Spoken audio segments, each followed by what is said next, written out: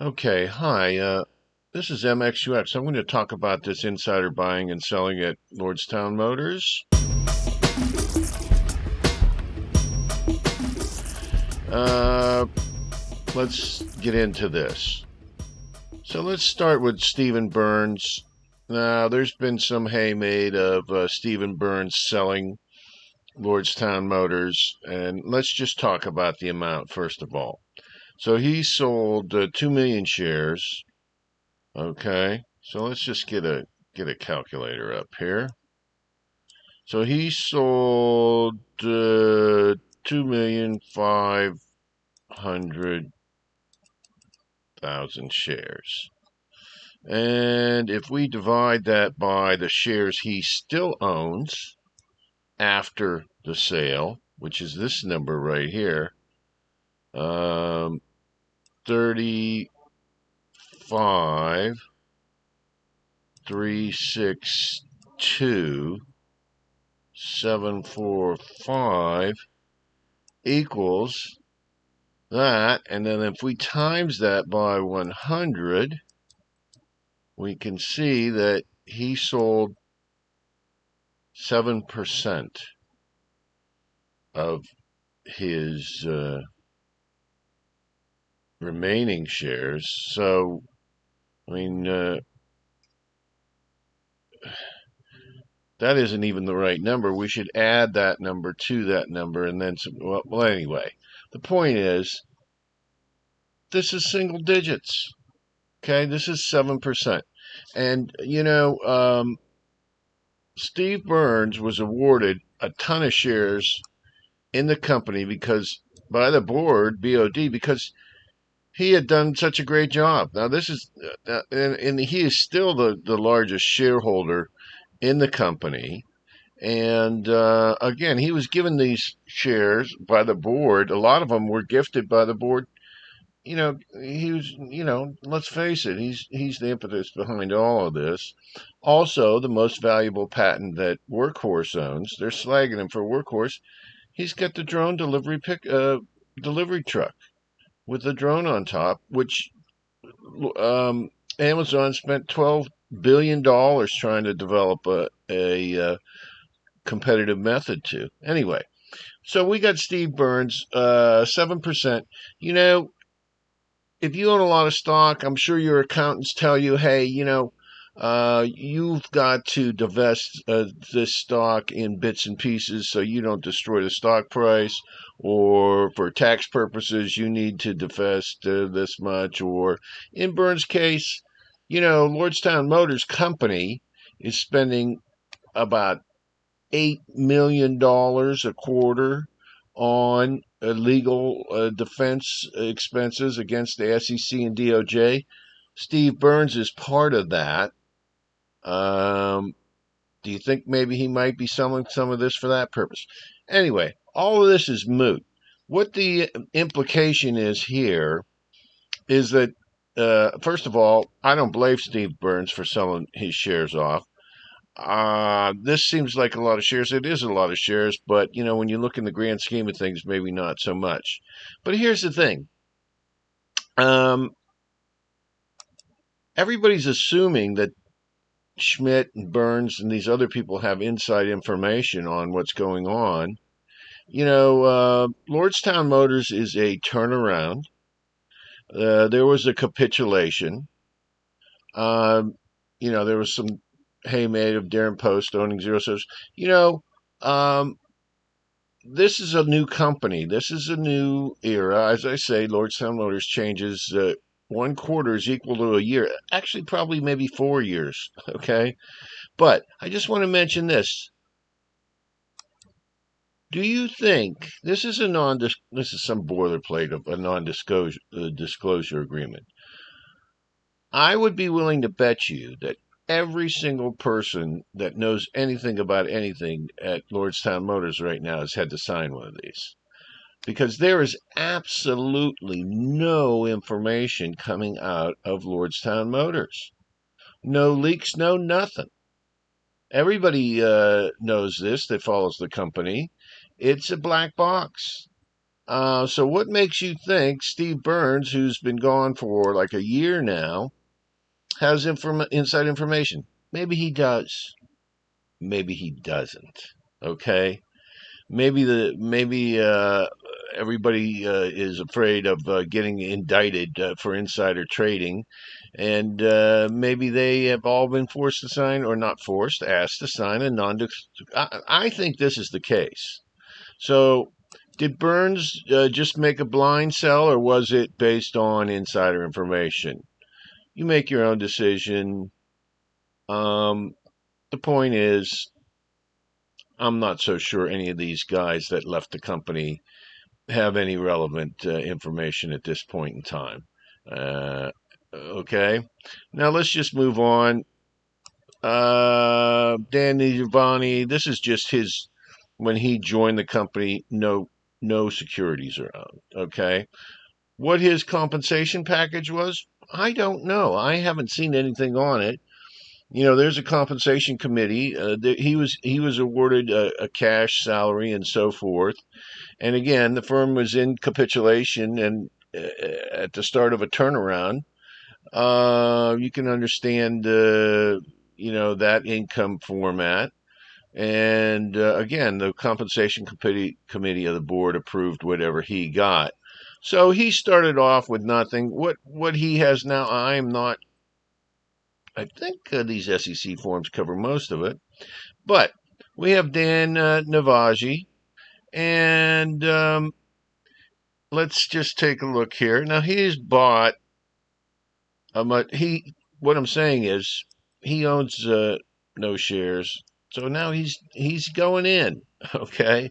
So let's just take a look at this. He's got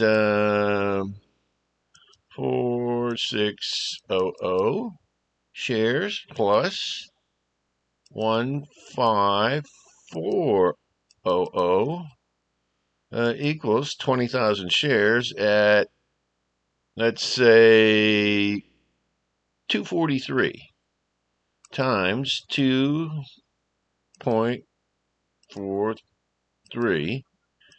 Okay, so that's 48,600. That's after taxes. So let's multiply that by, let's put them in a 30% tax bracket. Times, oh shoot, let's try that one more time. Sorry, guys. You get the point I'm trying to make. What this number ends up being is, I think it's about a little over $60,000. Not $1 million, but 60 grand is 60 grand. Okay. I think what he's doing is, he's making a statement here. Okay. And he's doing a holler back to the haters out there. Now, I don't know how anyone can interpret a CEO buying shares as negative. I think it's a positive. I think it's a breadcrumb. Again, we can talk about these non-disclosure agreements, and certainly the CEO is not disclosing anything. Maybe this is a telegraph, okay? Maybe it's a breadcrumb.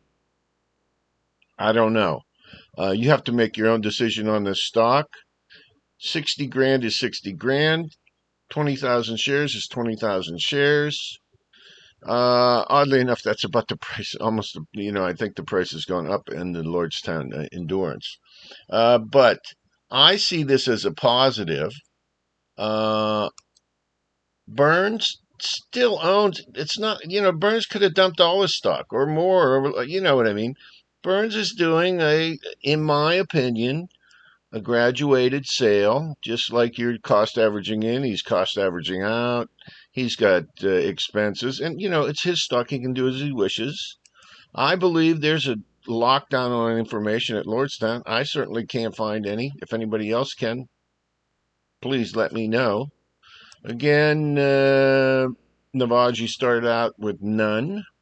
I don't know what his compensation, his sometimes they have targets, which when met, it triggers a stock gift or an option award or so on and so forth. You can look at Elon Musk's uh, compensation package. He was paid a lot of cash to come in. He has a lot of gravitas.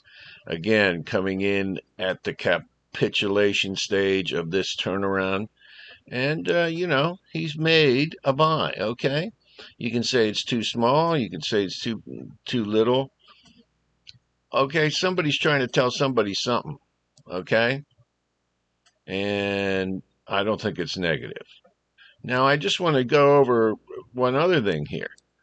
Now, Lordstown, this is the news, is going to go to Work Truck Week, March 9th to 11th. This is a fleet truck uh, presentation.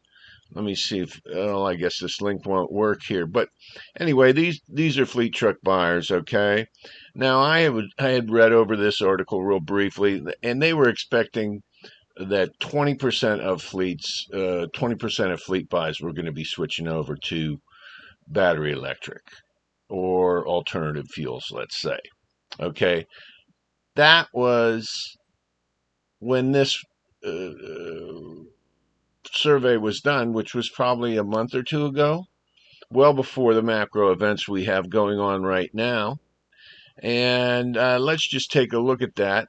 This is oil prices, blah, blah, blah.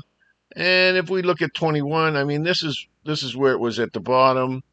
And this is probably the price, $68 a barrel, when that 20%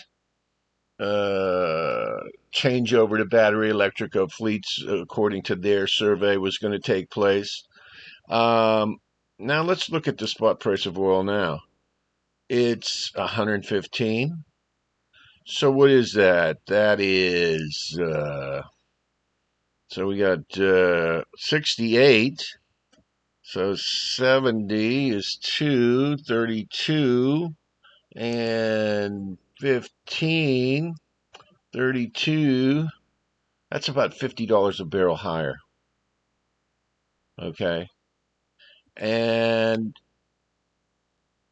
percentage wise, well, let's try and do the percentage. I'm not too good at math. I just got up here. Let's just see. What is this? 68, and this is 116. Okay, so, sorry. 116. 116 minus 68 equals 48. Divided by 116 equals times 100. Okay, it ain't even Monday yet. Oil prices are up 41%. Okay, so that's a 50%. Let's say that's a 50% increase. Okay, let's say Monday is going to be 50%. Do you think maybe the demand for battery electric fleet trucks is going to go up from 20% to 30%? Do you think Lordstown is going to be showing at this show? Do you think Lordstown is going to be the only viable truck showing at this show? Because guess what? I don't know. I don't know if there's even any pre-production vehicles of the Lightning. Certainly the Rivian's out of the picture. Certainly the Cybertruck's out of the picture. Anyway, I think this is, chance favors the prepared mind, and I think that this is all good news for Lordstown. And this is just a little commentary from me. I think, the Burns sale, again, still owns 35 million shares. Only sold about 7%. He's doing a timed release. Don't forget, I believe Lordstown is locked down. I don't think anybody's talking about anything to any ex-employees. Okay? And, someone like Schmidt who sold out, well, maybe he wasn't happy with the way things turned out. I think he did a great job for the company, but you could see him dissing the new management by selling his stock. Okay, Darren posts capitulation. Um, he's got a retirement. I'm sure he's facing kids going to college, so on. Anyway, you can go around and around on these sales. They had a going concern notice. So okay, again, Navaji started out with 0. Now he's at 20 grand shares. Again, I'm sure that he's got some kind of compensation deal that's going to be a lot more than this. But 60 grand, okay? Come on. That's not nothing. And we got the trade show. Crude was here. Now, crude is here. Where is it going to be on Monday? All right, this is MXUX. Thanks for watching.